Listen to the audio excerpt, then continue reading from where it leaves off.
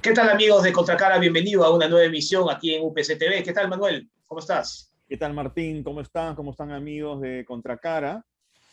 Bueno, Martín, algo importante y que merece nuestro análisis al principio del programa es la Sí, muerte de el cabecilla terrorista Aymael Guzmán, así ¿no? es. El 11 Creo de que septiembre de 2021 será una fecha pues señalada, ¿no es cierto? Sin duda alguna en la sí, historia del Perú.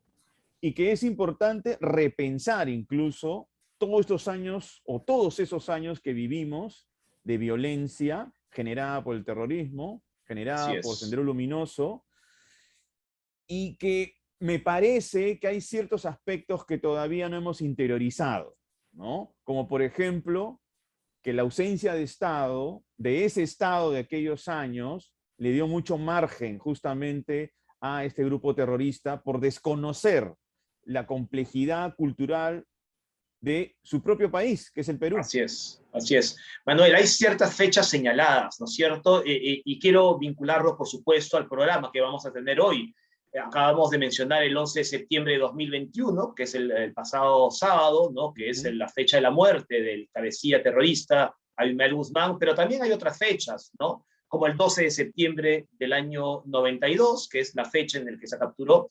Pero luego también hay algo muy importante y que tiene que ver con lo que acabas de mencionar, y es el trabajo de la Comisión de la Verdad y Reconciliación, ¿no es cierto? Que de alguna manera puso por escrito un par de décadas muy traumáticas para nuestro país, ¿no es cierto, Manuel? Con detalles, pues, que sin duda fueron muy dolorosos para todos nosotros, ¿no? Es un informe importante, más allá de las discrepancias que puedan existir alrededor de él, ¿ya? Hay distintos sectores políticos que se pronunciaron en su momento, o algunos se siguen pronunciando y no le dan, ese rol trascendental que tuvo. Porque, por último, es un registro y es una interpretación de esos años tan difíciles que vivimos, Así que en es. lo personal me parece que es de gran ayuda para tratar de aproximarnos, ¿no? A ese tipo de situación tan traumática que vivimos. Mucho más allá que existan cierto tipo de ángulos que pueden resultar para algunos conflictivos o de discrepancia. Seguro, Manuel, pero recordemos que el informe final se presentó en el año 2003, hace 18 años, Manuel. En el Mi gobierno de pregunta, Alejandro Toledo. así es, y mi pregunta es, ¿cuánto nos ha ayudado, ¿no es cierto?, para recordar, para hacer memoria, para construir memoria alrededor de esto, y tal vez lo que siempre se dice, ¿no? No cometer los mismos errores. Y desafortunadamente, por lo que tú acabas de comentar, Manuel, probablemente todos los gobiernos posteriores no le dieron la importancia que debieron darle a ese informe. Y me refiero, por ejemplo, a casos tal vez olvidados, como el genocidio o la masacre del pueblo Ayaninca, que provocado por los terroristas de Sendero Luminoso, y pueblo, por cierto, que nunca llegó a tener justicia. O, por ejemplo, otra masacre perpetrada por Sendero Luminoso de la Lucanamarca, Por donde más de supuesto. 60 personas fueron ingresadas a una iglesia y allí les dieron muerte a machetazo limpio. Así es, Manuel. Entonces, estamos teniendo ejemplos muy puntuales de la ferocidad y la crueldad que tuvo Sendero Luminoso contra personas muy humildes, además.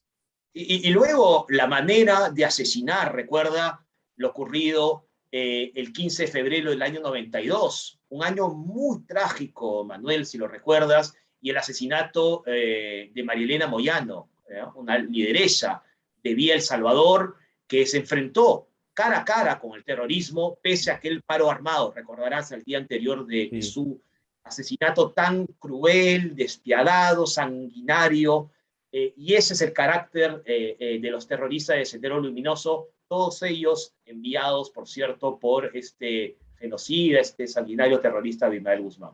Sí, creo que a partir de la muerte de Aymael Guzmán, cabecilla de terrorista de Sendero Luminoso, se tiene que reflexionar. Sí, Reflexionar señor. a partir de todo el análisis histórico que se ha hecho y que hemos aprendido, para que no se vuelva a repetir, para poder estar alertas, atentos, pero también para dar respuestas sociales, que eso es Así es. fundamental, ¿no? Así es. Totalmente de acuerdo. Y por supuesto, Otro atentado durísimo fue el atentado de Tarata el 16 de julio del año 92, que provocó, en fin, 25 muertos y más de 150 heridos. Todos estos son apenas, es una pequeña muestra trágica de los centenares de atentados terroristas provocados por Sendero Luminoso, enviados y ordenados por Abimael Guzmán, Manuel. Sí, más bien para tratar de comprender mejor el rol de la Comisión de la Verdad, que fue importante. Así es. Durante, primero, dedicaron 2 años de investigación. Vamos a conversar con quien fue su presidente, el doctor Salomón Lerner Febres. ¿Te parece si ya empezamos con la entrevista con él? Sí, vamos con la entrevista con el doctor Salomón Lerner.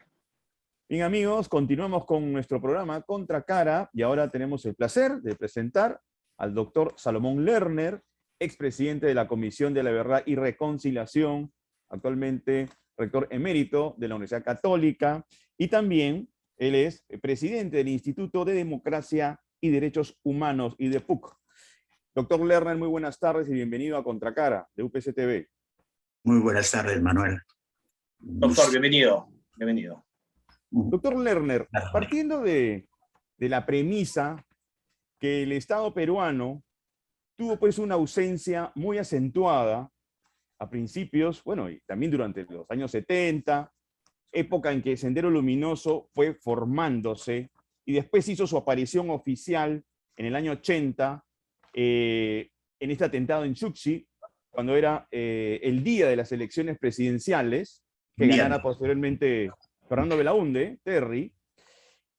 Ese tipo de escenario con ausencia de Estado, es decir, sin una cercanía institucional, sin una presencia de postas médicas, sin una presencia de una educación de nivel. Eso le dio un margen, pues, definitivamente a Sendero Luminoso para poder ir creciendo y poner en jaque, digamos, al país. Bajo ese tipo de consideraciones, ahora que ha muerto el cabecilla terrorista Abimael Guzmán, ¿cree usted que como sociedad hemos podido aprender algo de ese tipo de contexto? Debiéramos haber aprendido. Creo que no lo hemos hecho del todo. Y ello porque de algún modo no se ha tenido memoria de lo ocurrido. El informe final de la Comisión de la Verdad relataba todos los hechos ocurridos a partir del inicio de la llamada lucha armada por parte de Sendero, pero también nos hablaba de los antecedentes que permitieron pues, que una persona tan desequilibrada como Guzmán pudiera, a partir de su cátedra de Ayacucho, formar a una serie de personas con poco criterio en el fondo y que lo tomaron a él como líder y como mesías. Es verdad lo que ustedes señalan en el sentido de que hubo una especie de condición favorable para que Sendero pudiera desarrollarse.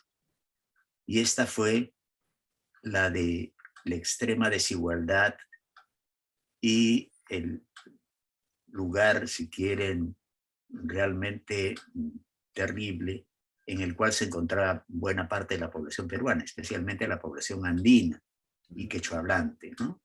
Aquella que habitaba en los departamentos de Ayacucho, Junín, bueno.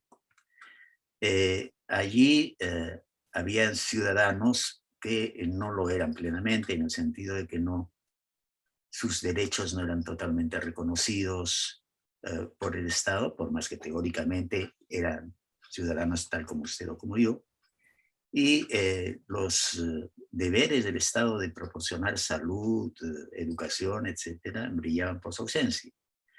Eran personas y comunidades de algún modo pues injustamente tratadas o que se sentían injustamente tratadas y que por tanto eran presa fácil de estos discursos de justicia, de igualdad, en donde finalmente se alcanzara pues que las normas se aplicaran por igual a todos los ciudadanos. Creo yo que la situación en lo que respecta a esta especie de descuido de determinados sectores y lugares en el país no ha mejorado mucho. Pero lo que no hay, y esperemos que no exista, además obviamente de un ponerse en alerta por parte del Estado para efectivamente ser un Estado que sirva al país y no que se sirva del país.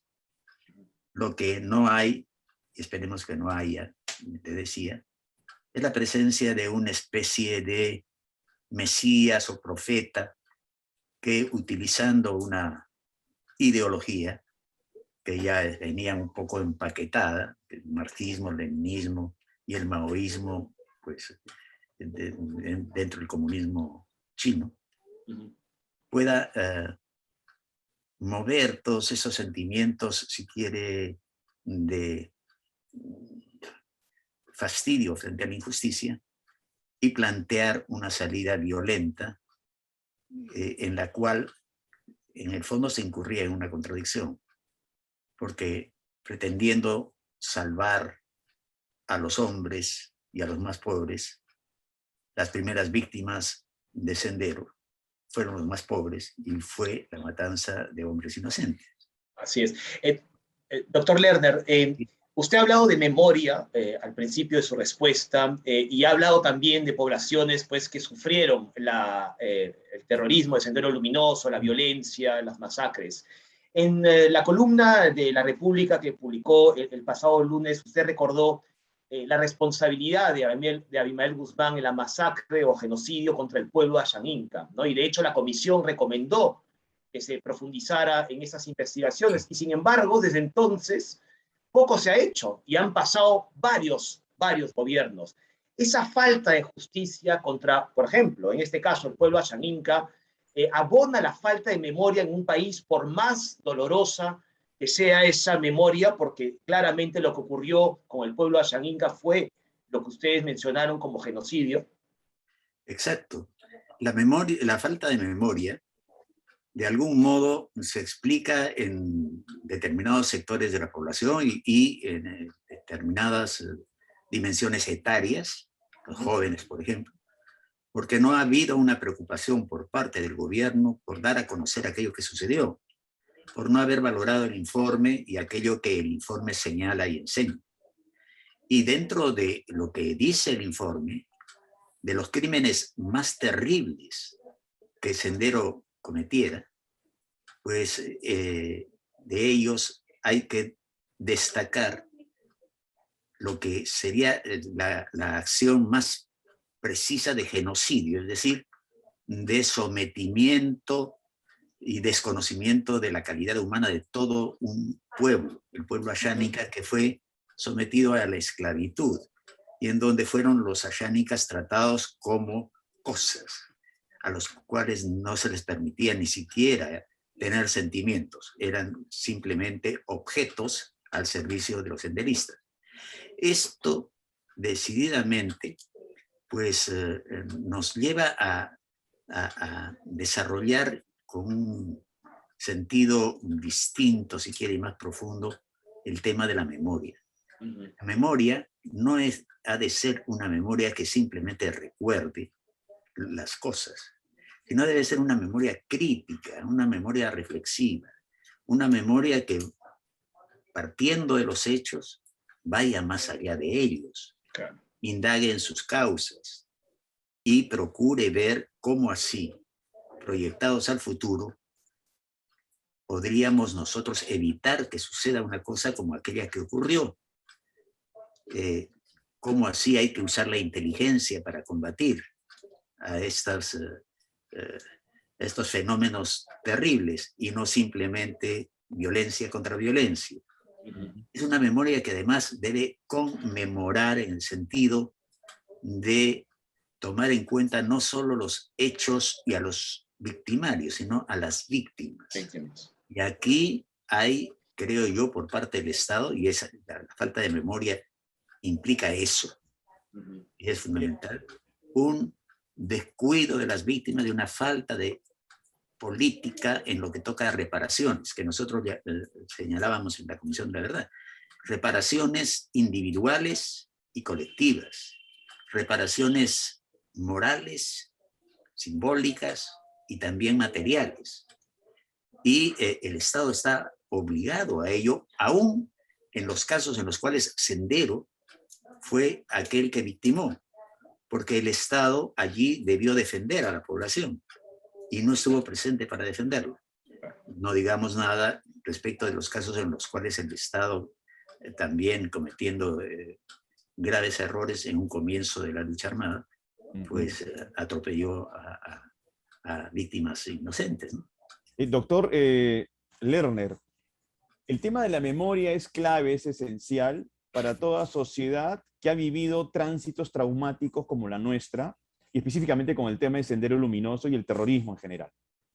Sin embargo, la falta de documentación, la falta de información, la falta de voluntad política de los sectores que conducen el país por aproximarse a una información y a partir de ahí generar lo que usted dice, un espíritu crítico, es algo que ha tenido el Perú a lo largo de todos estos años.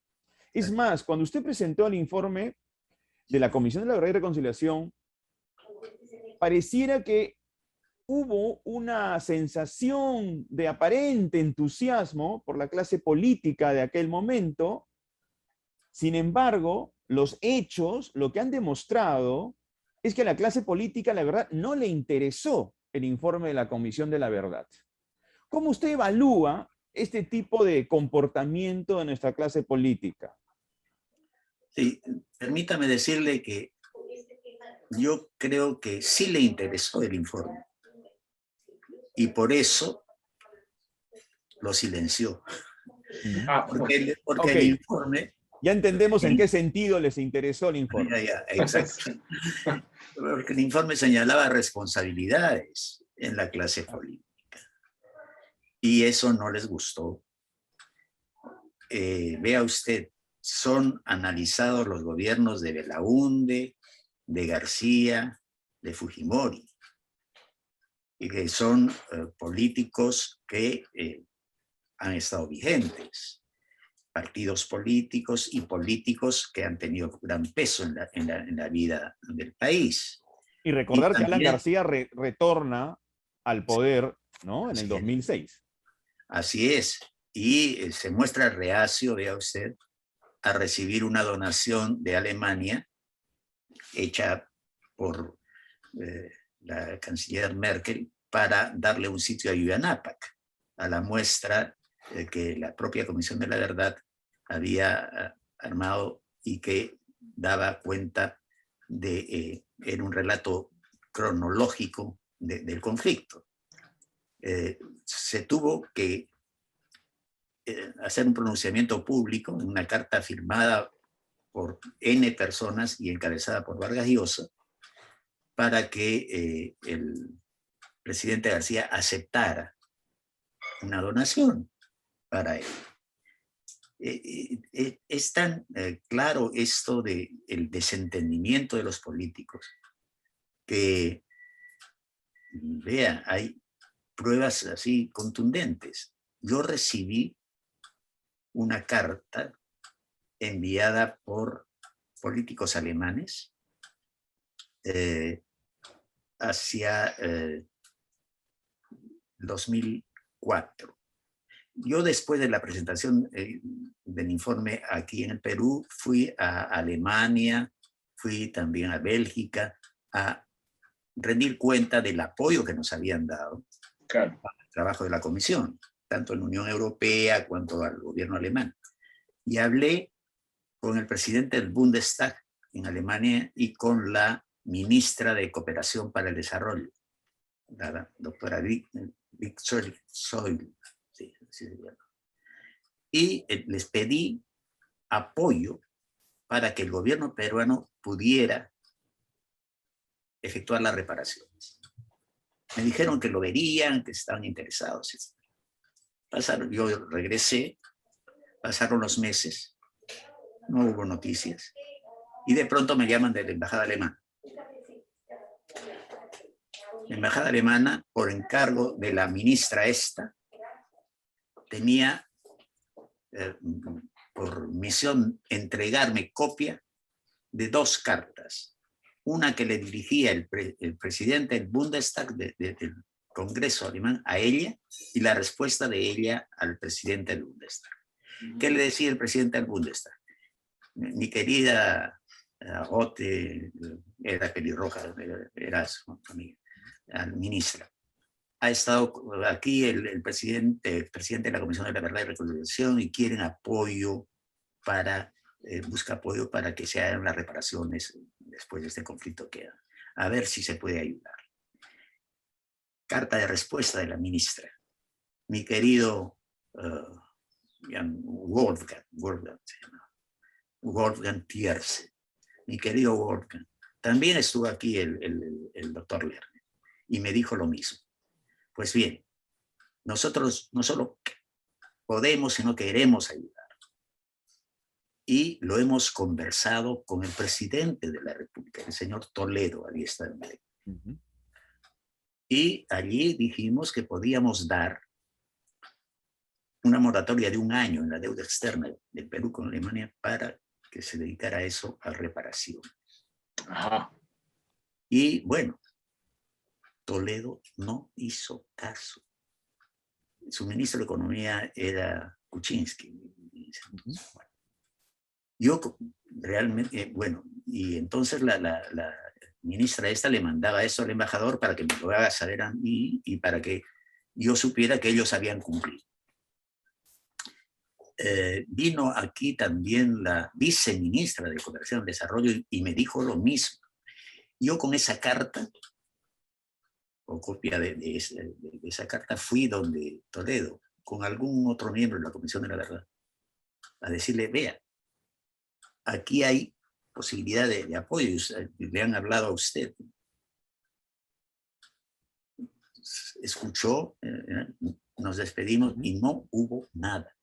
Entonces, ahí se da usted cuenta que, y Toledo no tenía ningún cargo político en los años estos del conflicto, ¿no? Claro, sí, sí. Entonces, se da cuenta que la clase política, o por defenderse, o simplemente por egoísmo e indiferencia, no quiso ver el asunto. Porque en última instancia también era un tomar en cuenta que debían desarrollarse políticas más equitativas, más justas, para con una serie de poblaciones. Y bueno, no estaban, parece, dispuestos a hacerlo, ¿no? Sí.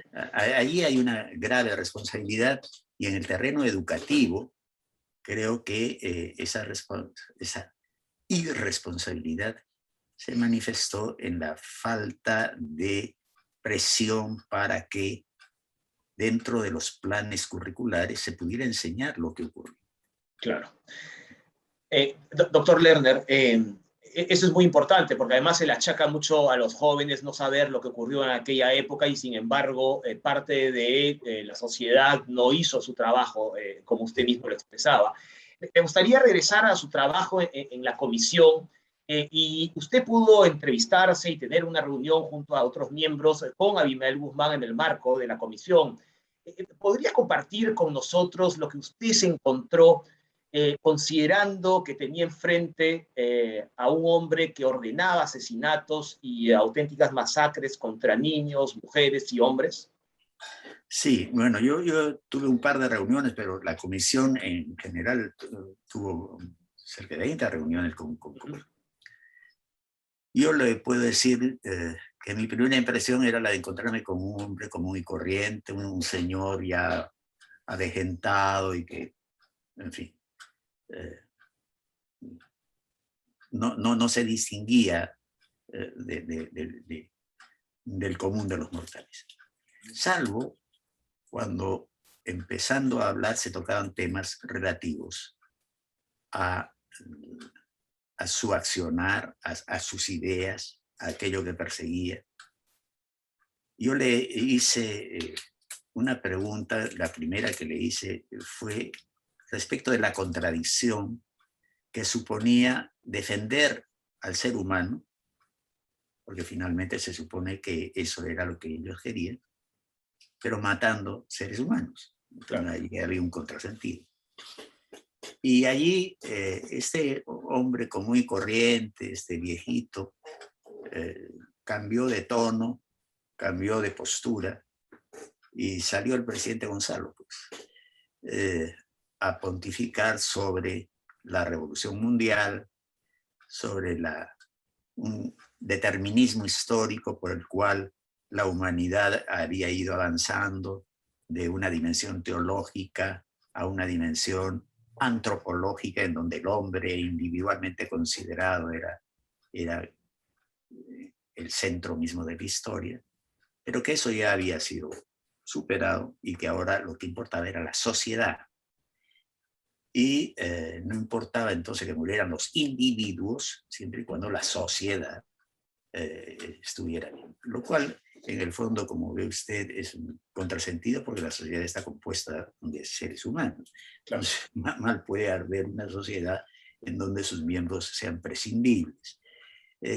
Ya era un discurso, si quiere, absolutamente ideologizado, y en donde él hablaba como una especie de, llamémosle, pues, de mesías, de persona que clausuraba de alguna manera esta especie de pensamiento revolucionario que había iniciado Marx, ¿no? Era la cuarta espada. Claro. Doctor Lerner, fíjese, que hay algo muy puntual. Nuestras Fuerzas Armadas, nuestros militares, el reconocimiento para ellos.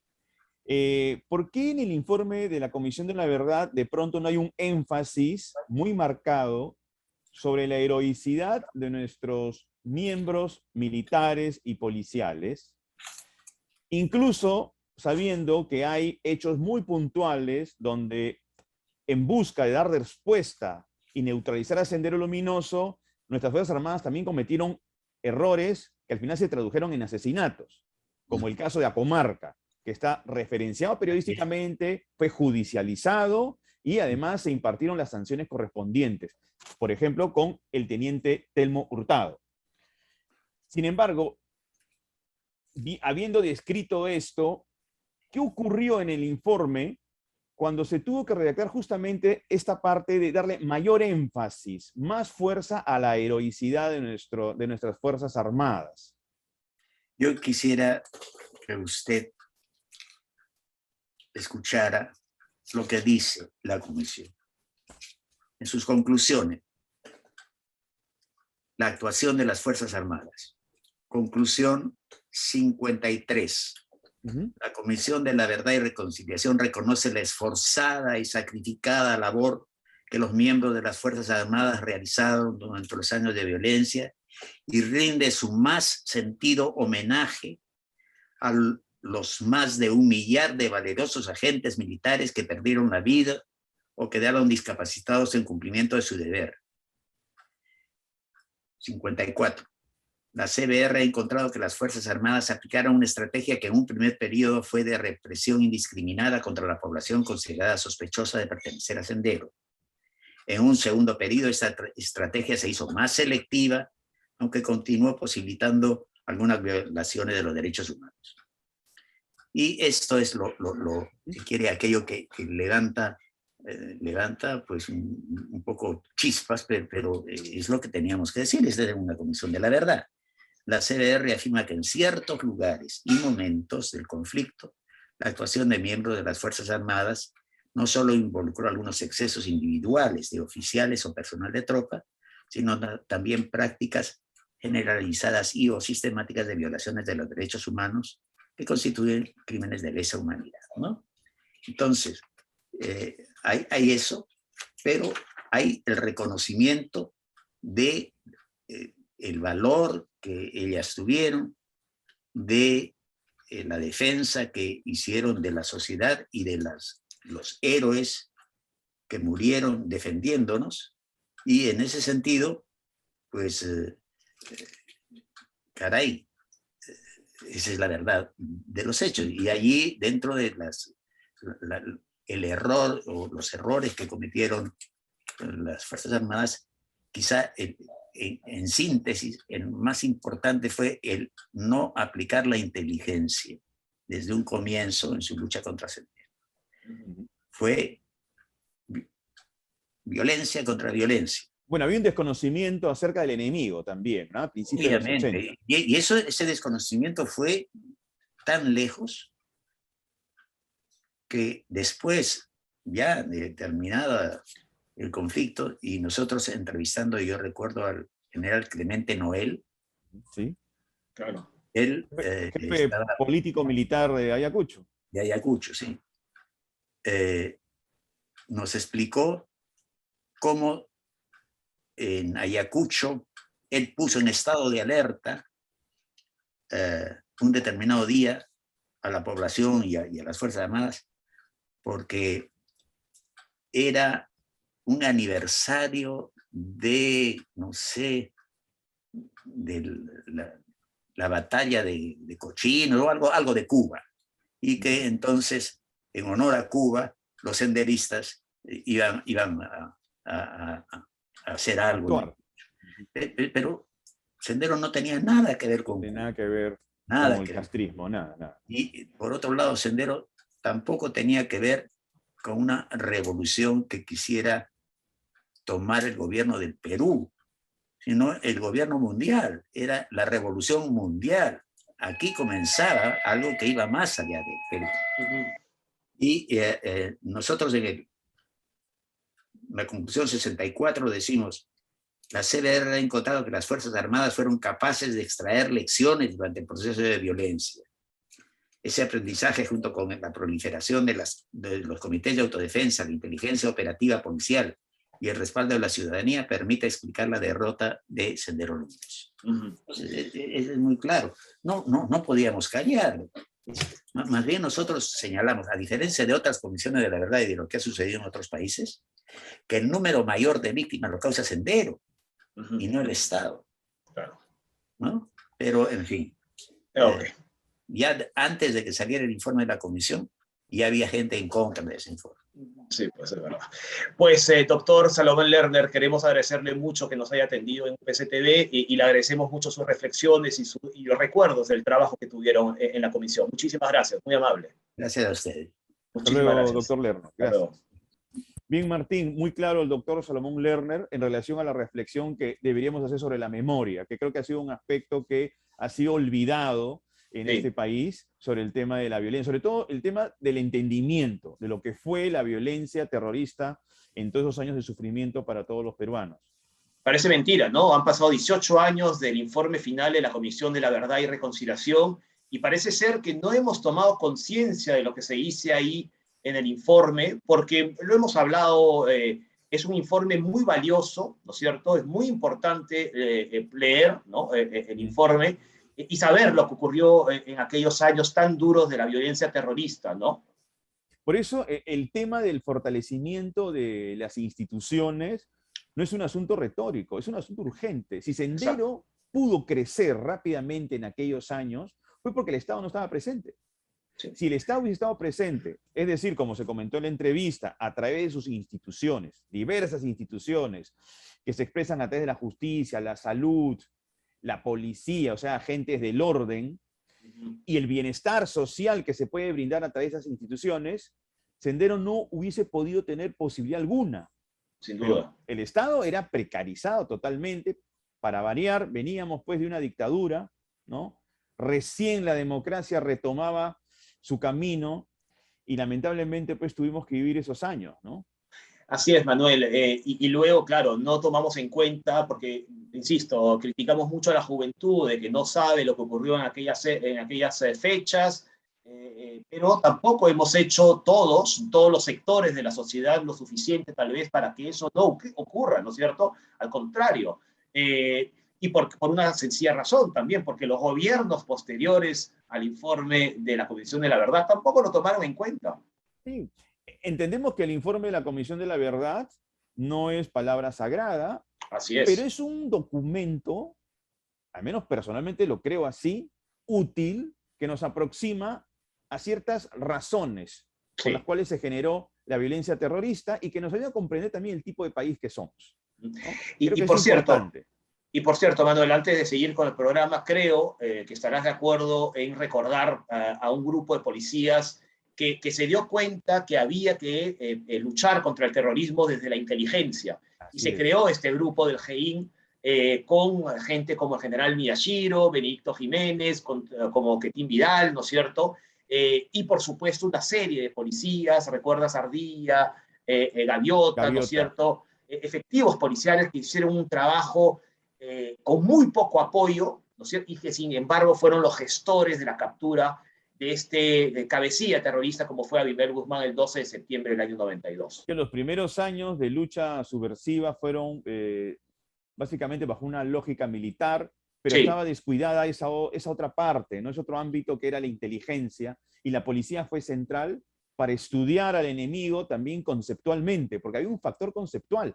Tú acuérdate, Martín, el evento de los perros colgados en el centro de Lima con este letrero que decía textualmente Deng Xiaoping, hijo de perra. Y claro, la gente pasaba, miraba, ¿y qué será eso? Nadie lo entendía. El ciudadano promedio no tiene ni la menor idea de lo que ocurría. Y lo que estaba pasando era que Sendero estaba deslindando del nuevo gobierno chino. Así estaba es. a su criterio traicionando los principios maoístas. Y más bien, Deng Xiaoping se abría al capitalismo para poder acceder a la prosperidad, cosa que ha ocurrido. China hoy es la segunda potencia económica del mundo, ¿no? Entendieron que Mao Zedong había fracasado en su concepción económica. Recuerda la gran hambruna de China, ¿no? Donde murieron millones y millones de chinos. Pero bueno, Sendero era esa línea radical y fanática, ¿no? Pero creo que es de justicia recordar a todos los miembros de ese grupo tan valioso que fue el GEIN, ¿verdad?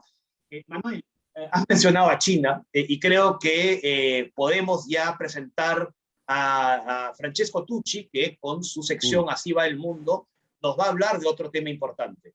Así es. A propósito de China, como bien lo has dicho, la comunicación ahora más frecuente entre el presidente de Estados Unidos, Joe Biden, y el presidente o el líder chino, Xi Jinping. Sí. Así que, bueno, la razón de estas aproximaciones tienen que ver para evitar cualquier tipo de futuro conflicto, ¿no? Exacto. Y eso es lo que nos va a explicar Francesco Tucci. Así que si te parece, ya podemos darle pase a nuestra sección de Así va el mundo. Así va el mundo. Está bien. Efectivamente.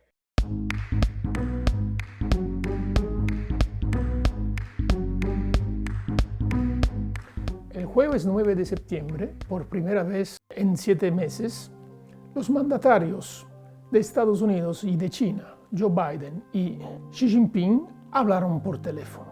Según la Casa Blanca, la conversación tenía como finalidad garantizar que la confrontación económica entre los dos países, las dos potencias, no se transforma en un conflicto involuntario. En Beijing, la televisión china, la televisión nacional, afirmó que la conversación entre los dos mandatarios había sido sincera, extensa y profunda sobre temas de interés común.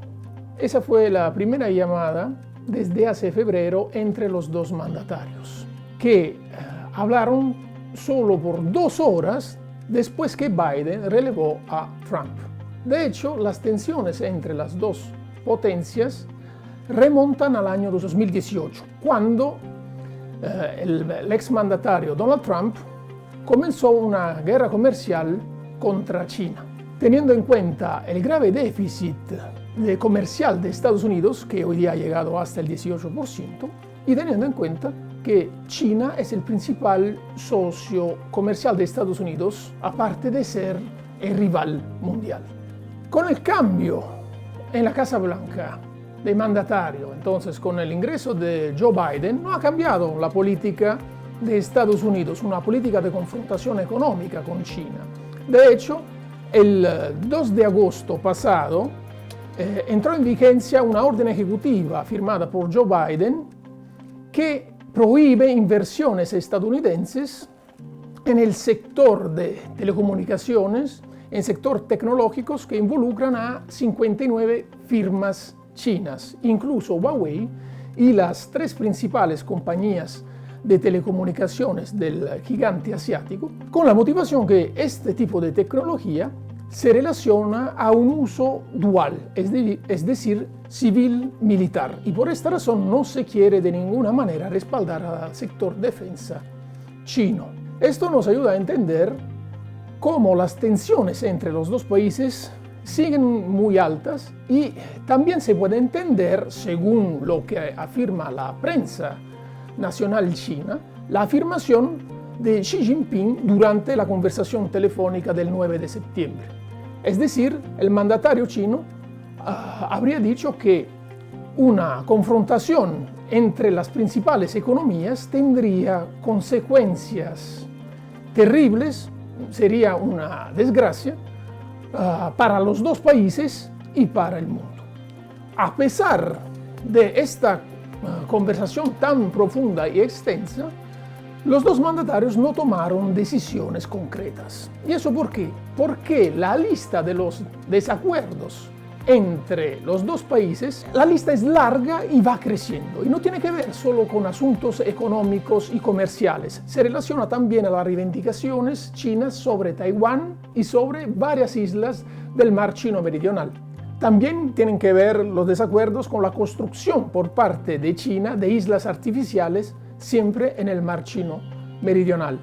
Además, hay que añadir también la negativa de Pekín con relación a cooperar con una investigación internacional sobre el origen del coronavirus que ha originado la pandemia. Pero, considerando estas fricciones entre las potencias, ¿por qué debería interesar a América Latina?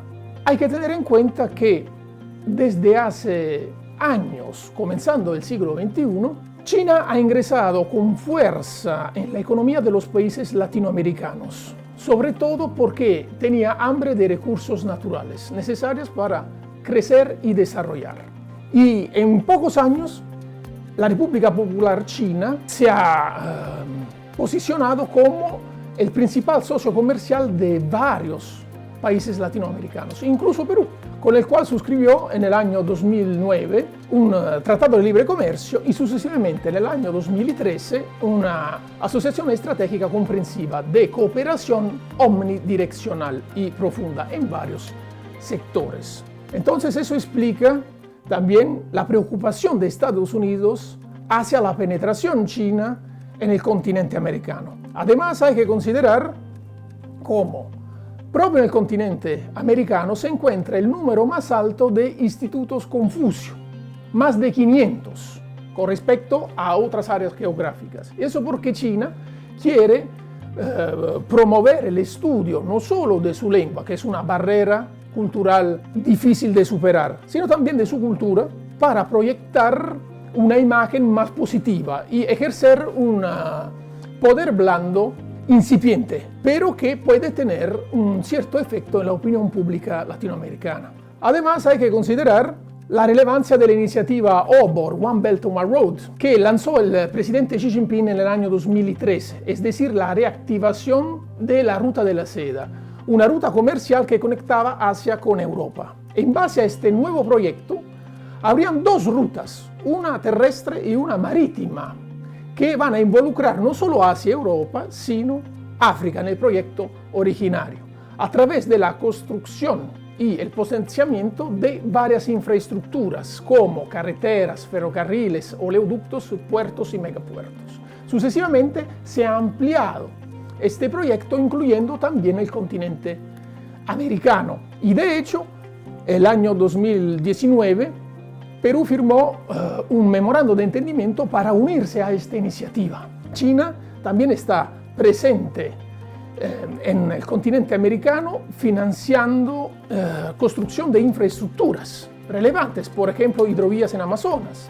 Elaboró un proyecto alternativo al canal de Panamá, la construcción del canal de Nicaragua, que en la actualidad se ha estancado. Y elaboró también otro proyecto relevante para conectar prácticamente todo el globo en su red para movilizar recursos, es decir, un ferrocarril bioceánico, que hasta la fecha todavía ha sido construido y que ha quedado como un plan. Entonces, se puede entender por qué Estados Unidos tenga fuertes fricciones y relaciones tensas con China, sobre todo considerando su penetración en el continente americano. Y por eso es muy difícil que las relaciones puedan mejorar en el corto y mediano plazo. Así va el mundo. Hasta la próxima. Bien, Manuel, bueno, claro, Francesco Tucci, la llamada de teléfono, ¿no es cierto?, el pasado 9 de septiembre entre Joe Biden y el mandatario chino, ¿no? Es de alguna manera el inicio de tratar de recomponer algo, y esto sin duda puede ser incluso beneficioso para todo el mundo, finalmente. Bueno, generar una especie de armonía, ¿no? Sí, No digo sí. absoluta, pero una especie de convivencia o coexistencia pacífica. Por lo menos hay un diálogo.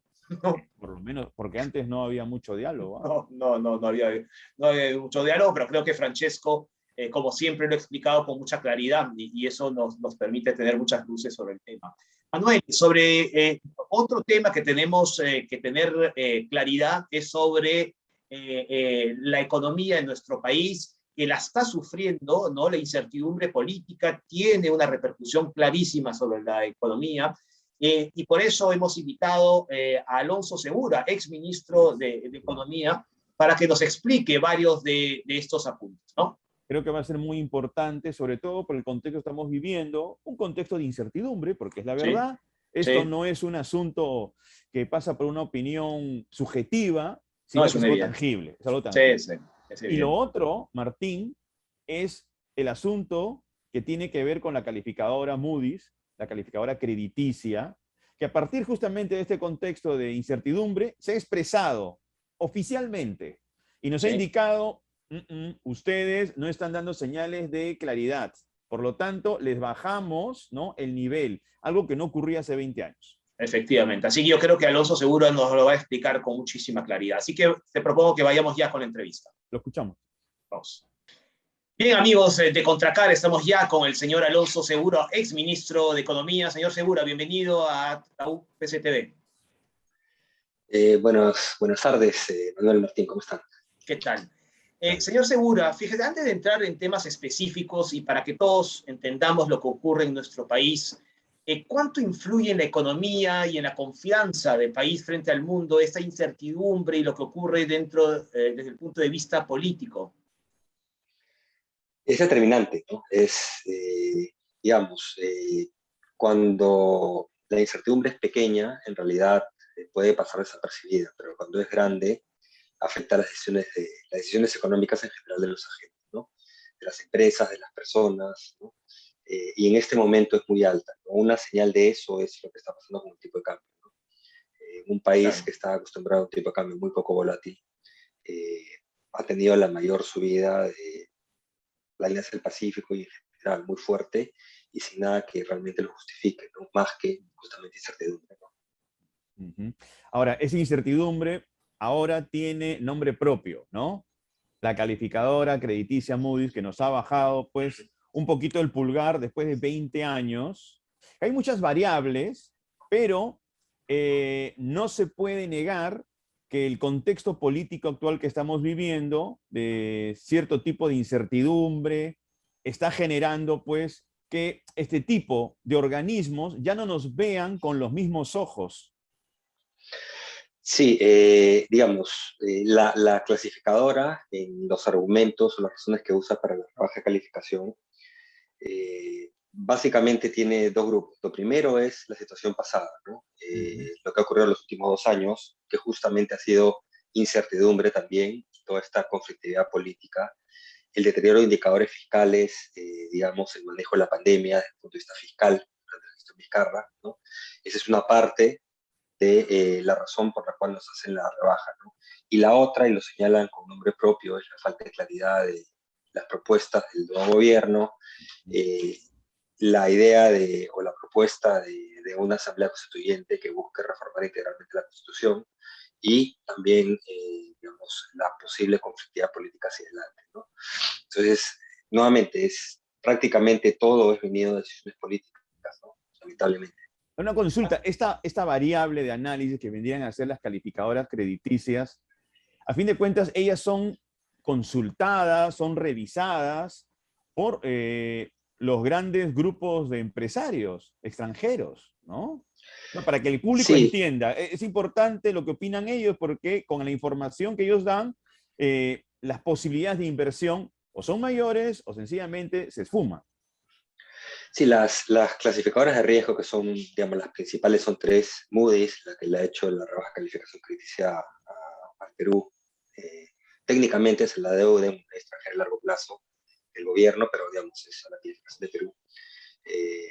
S&P, Moody y Fitch Ratings son las tres principales y las que siguen los inversionistas cuando quieren tomar decisiones de adquirir algún instrumento financiero, sea de algún país o de alguna empresa, ¿de acuerdo? Porque también hay calificaciones a deuda privada, ¿no? Pero también se usa como una variable proxy de riesgo país. Entonces, cuanto mejor calificación tengas, eso es una señal de que eres un país más seguro para las inversiones, ¿no?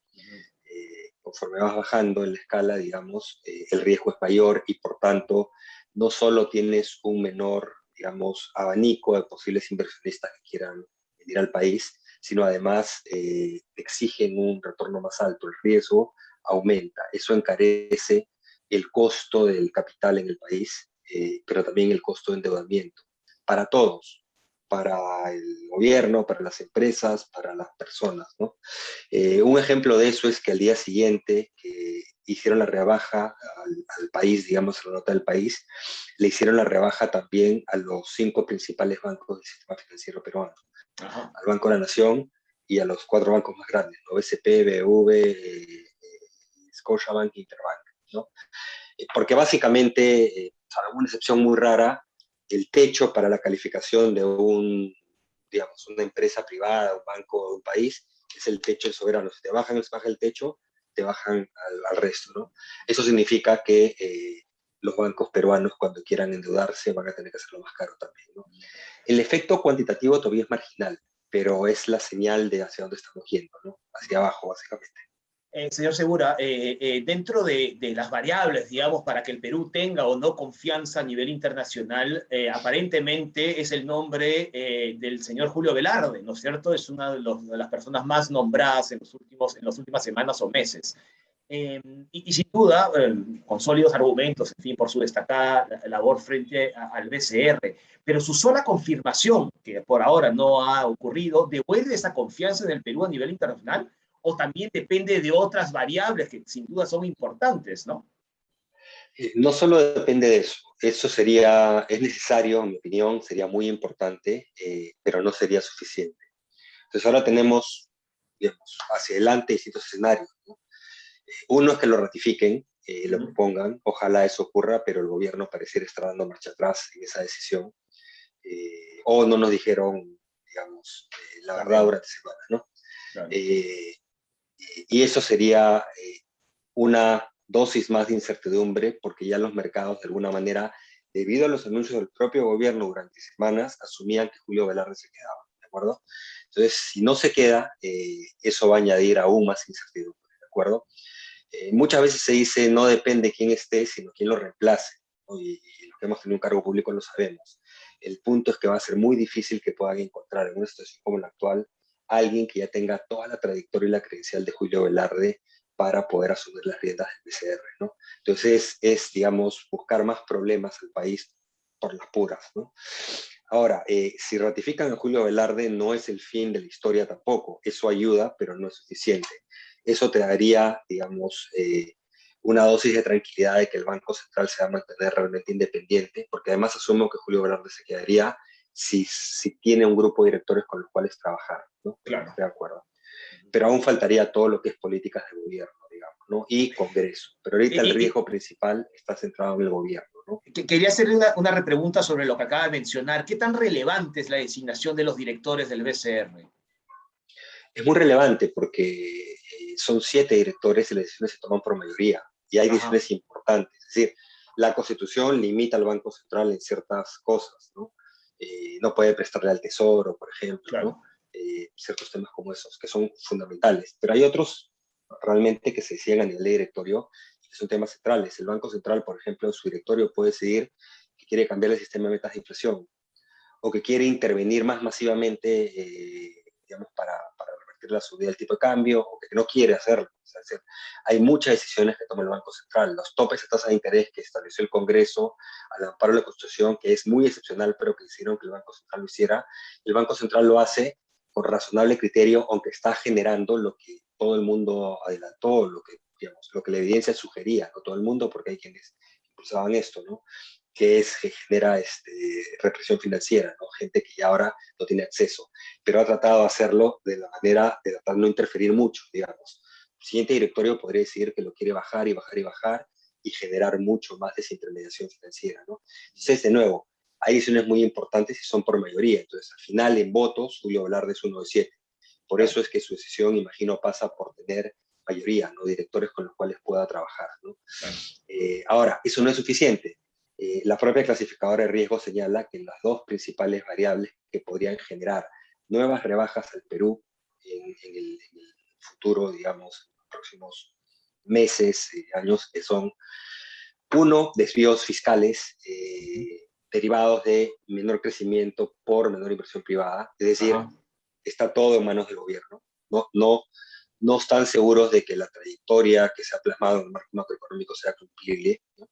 Entonces, si hay desvíos contra eso, podrían bajar la nota nuevamente. Y la otra que mencionan es, con nombre propio, que aumente, digamos, la probabilidad de una asamblea constituyente que haga una reforma integral de la Constitución, ¿no? Y lo menciona con nombre propio, ¿no? Y hemos visto como hoy día digamos, hay iniciativas de modificación de artículos, pero también de conseguir seguir con la recolección de firmas por parte de Perú Libre, ¿no? Entonces, de nuevo, la incertidumbre, así tengas un directorio sensato, va a continuar si es que el gobierno no reencamina sus políticas y sobre todo abandona ciertas propuestas que, más allá de generar incertidumbre, le harían daño a los peruanos. No hay evidencia de que eso vaya a mejorar las condiciones de vida de los peruanos, ¿no? Ahora, la generación de trabajo, en suma, se da desde el sector privado, ¿no? El Estado, salvo algunos momentos de obra pública, da la posibilidad de desarrollar en ciertos lugares este desarrollo laboral. Sin embargo, el sector privado que brinda este tipo de posibilidades, en este momento se encuentra con muchas dudas. Dudas que tienen que ver con que el nuevo gobierno, de pronto, por ejemplo, en el sector minero, los quiere asediar con nuevos impuestos. La pregunta es, pasando por una razonabilidad, si yo deseo que mi país tenga más posibilidades laborales y el sector privado es el que las otorga en su mayoría, ¿por qué tengo que fustigarlo? Justamente ese es el problema, ¿no? El empleo se deriva fundamentalmente de la actividad económica y la actividad económica responde a inversión privada. Entonces, al final, quien genera la mayor cantidad de puestos de trabajo es el sector privado. Y el empleo formal, el empleo adecuado es fundamentalmente la gran empresa y algo de la mediana empresa, ¿de acuerdo? Que es la que es más sensible a estos vaivenes de la política, a estos posibles cambios de reglas. Finalmente la MIPE al final también responde a la actividad económica, pero opera más en el día a día, ¿no? Si baja la actividad económica también va a haber más MIPES que van a quebrar, que no van a tener recursos, pero digamos, básicamente trata de continuar operando a como el lugar. La gran empresa, la mediana empresa al final tiene otras opciones, ¿no? Puede decidir dejar de invertir, puede decidir invertir en otro lado, en otro país, ¿no? Entonces, una ralentización de la recuperación entrando al último trimestre, al 2022, lo que haría es que el empleo se recupere bastante más lento, ¿no? Ahora, ¿por qué entonces fustigarlo? Al fin, lo que pasa es que es como un diálogo sordo, ¿no?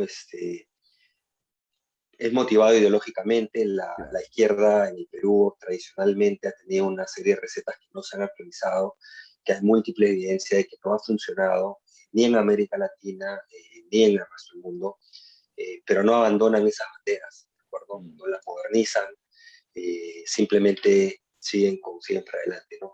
Entonces, de alguna manera, o son irreflexivos en términos del impacto que podrá tener en el bienestar de la población, empleo, pobreza, etcétera, o creen pues que pueden conseguir ambas cosas, seguir con su agenda y que al final pues es un bluff, que va a seguir habiendo inversión privada, va a seguir creciendo y va a seguir generando empleo. Y la evidencia de lo que muestran los países, los salvas, es que eso no es así. No tenemos que llegar al caso de Venezuela para comprobarlo. Basta que No, no. vayamos a casos como Argentina, Ecuador o Bolivia, el ejemplo que más les gusta usar, ¿no? La inversión extranjera directa, que es decir, la inversión de, digamos, empresas extranjeras en el país en neto, ¿no? Porque invierten, pero también retiran a través de reparación de capitales, reparación de utilidades. La inversión extranjera directa en Bolivia, el último año que ha habido data internacional, 2019, justo antes de la pandemia, fue negativa. Claro. Fue negativa. Es decir, sacaban más plata de la que metían en el país. En el Perú, en cambio, es bastante importante. Es algo así como 3,5 puntos del PBI. ¿No? Estamos hablando de, ¿cuánto? 6, 7 mil, 8 mil millones de dólares casi, ¿no? Como 8 mil millones de dólares, 30 y tantos mil millones de soles. Y eso solo lo que es inversión directa, ¿no? Extranjera. Todo lo que es inversión privada, además, es muchísimo más grande. El 80% de la inversión en el Perú es inversión privada, ¿no? Entonces, diera la impresión que creen que no les importa o creen que van a poder seguir con sus agendas y al final, pues es un bluff y van a seguir invirtiendo y generando empleo. Y como dije, la evidencia es contundente de que eso no es así, ¿no? La Señor audiencia. Segura, sí, señor Segura, hace unos días el presidente Castillo dio su primer mensaje a la nación desde que fue investido presidente y hizo una serie de anuncios, ¿no? Perdón, una inyección de creo que unos 5.000 millones de soles en la economía, lo que según él podría generar pues alrededor de 40.000 puestos de trabajo, ¿no? Lo que suena muy bien, pero no sabemos si es sostenible. Y luego la incorporación del GLP al Fondo de Estabilización de Precios de los Combustibles, ¿no? Para usted, ¿esas son medidas suficientes a muy corto plazo o algo está faltando? Porque claro, se espera que el precio del gas baje, pero no sabemos cuánto pueda durar esto.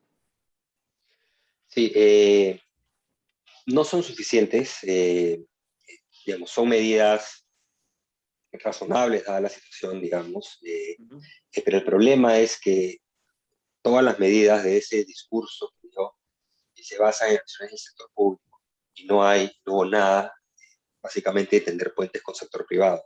Ni lo Si nos mencionó, remontamos ¿no? a un discurso previo, el discurso del Premier en el Congreso, el discurso de investidura en el pedido de confianza, nuevamente, la inversión privada fue el principal ausente de ese discurso. Se mencionó una vez en un discurso de 3 horas y solo para exigirle rentabilidad social. Cosa que además hay una confusión tremenda ahí.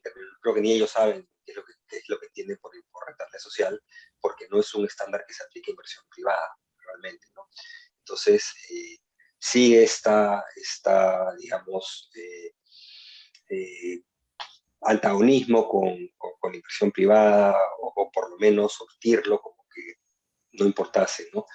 El Ministerio de Economía en algunas cosas está tratando de lanzar mensajes más positivos, digamos, pero digamos, acciones concretas no se ven y en otros casos están, digamos, borrando con una mano lo que hacen con la otra. Por ejemplo, esto de la demora en el nombramiento de Julio Velarde en el directorio, eso en realidad viene por decisiones del MEF, por querer nombrar directores que básicamente no van en línea con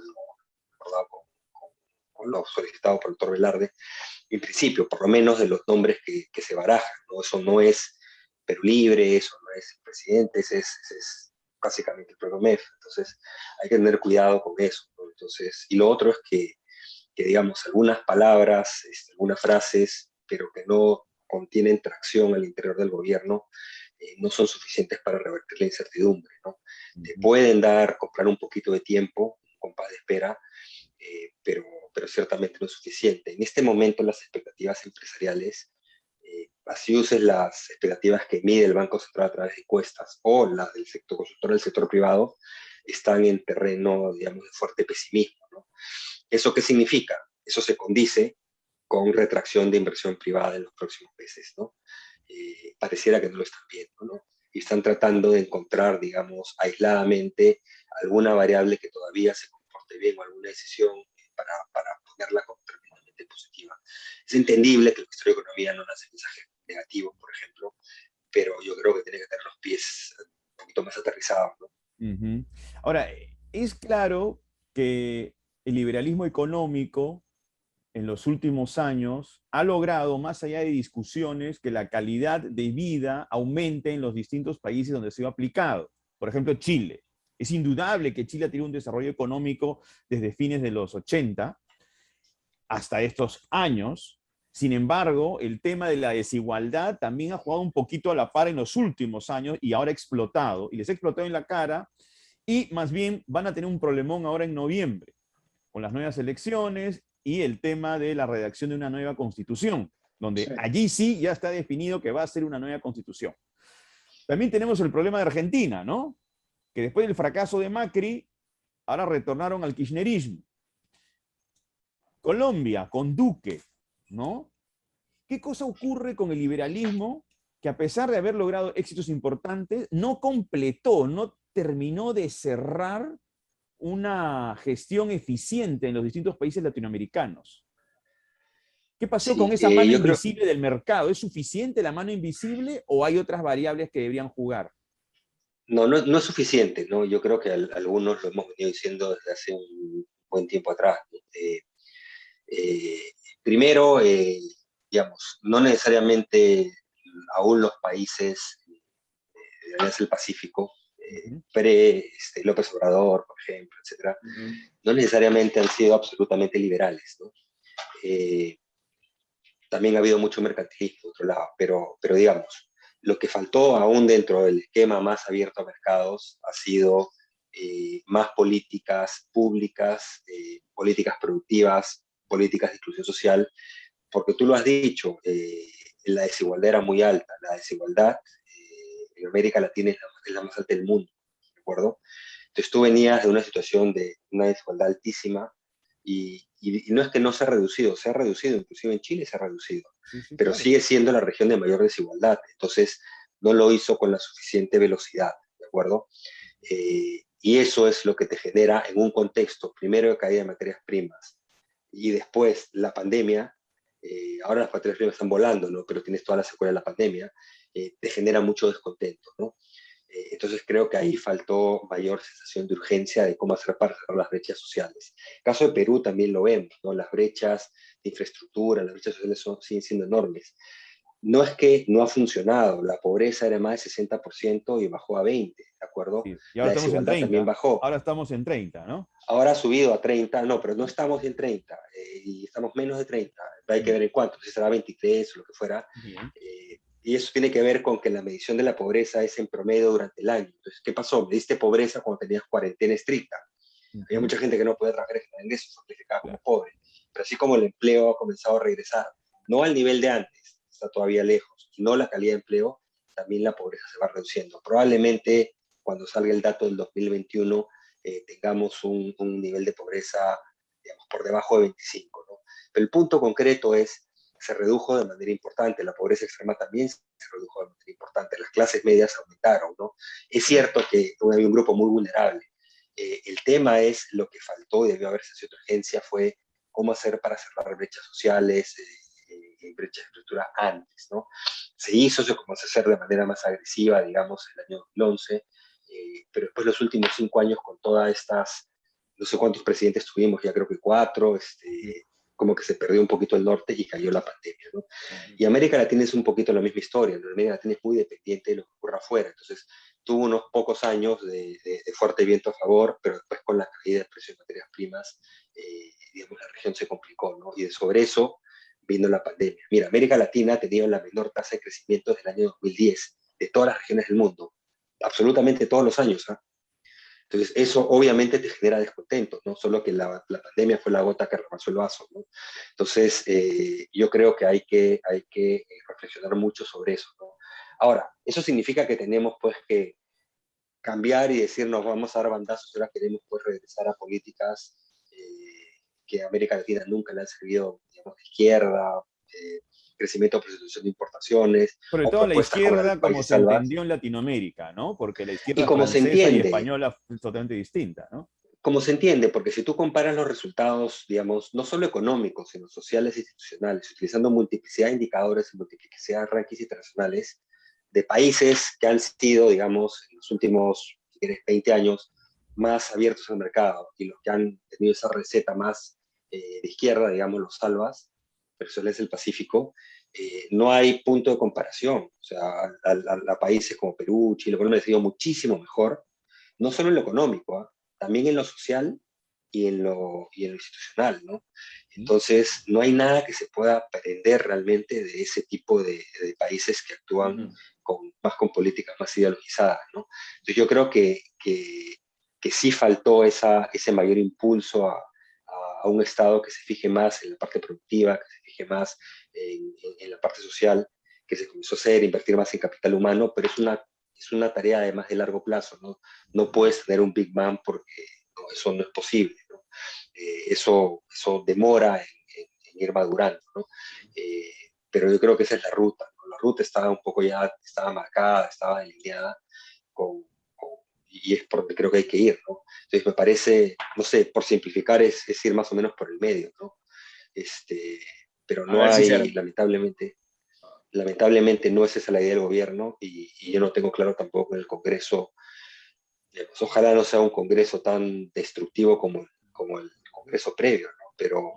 Pero falta por ver si va a ser un Congreso que tenga algo de claridad mínima, ¿no? Por lo menos las previsiones no son muy buenas, ¿no? Señor Segura, muchísimas gracias por la entrevista que nos ha ofrecido a UPC TV. Muchísimas gracias. No, muchísimas gracias a ustedes. Gracias. Chao. Gracias. Hasta luego. Hasta luego. Hasta luego. Bueno, Manuel, si tenemos que llegar a una conclusión de lo que ha dicho el exministro de Economía, Alonso Segura, es que esto no es broma, ¿no? Ya lo de Moody's es una advertencia, porque además mencionan claramente algunos de los planes de esta administración, ¿no es cierto? Entonces, hay que tomarlo en cuenta. Yo espero, Manuel, que este gobierno, el ministro de Economía, que ha intentado poner un poquito de paños fríos, pero yo espero que entiendan bien lo que está ocurriendo allá afuera, ¿no? Y yo creo que no hay que desconocerlo, hay que tomarlo en cuenta, insisto. Claro, lo que pasa, Moody's ve el tema de la siguiente manera. Todas estas discusiones políticas que tienen que ver con la Asamblea Constituyente implican para ello un cambio o un eventual cambio estructural de la visión económica. Exacto. Y eso a ellos no les genera pues mucha confianza, ¿no? Sobre todo por el tipo de cambio, giro que se haría. Entonces, bueno, esperemos que el gobierno pueda asimilar bien este tipo, digamos, de mensaje, porque es un mensaje que la realidad nos está dando, y sea mucho más claro y aterricen sus políticas económicas de manera sensata. Ojalá, ¿no? Porque lo que dicen a veces ciertas autoridades lo tiene que arreglar en algún momento el ministro de Economía, ¿no? Pedro Franque, pero vamos a ser bien sinceros, los ministros van y vienen. Efectivamente. Si se queda 5 años, es el presidente. Entonces, él es el responsable, a fin de cuentas, de todo. Dijiste que los presidentes son los que se quedan 5 años. Bueno, teóricamente, Martín. Claro, y pensé los últimos... No, pensé en los 5 últimos años que hemos tenido cuatro conversaciones controversiales. No, sí es una evidencia. En los últimos 5 años tenemos 4 presidentes. Pero en fin, Manuel, vamos a terminar esta edición de Contracara, por favor, con buenas noticias. Fíjate, ya hemos pasado las 9 millones de personas con 2 dosis. Sí. Ya vamos... más de 13 millones con la primera dosis, insisto, más de 9 millones con las 2 dosis, y en total se han administrado más de 22.200.000 dosis entre la primera y la segunda.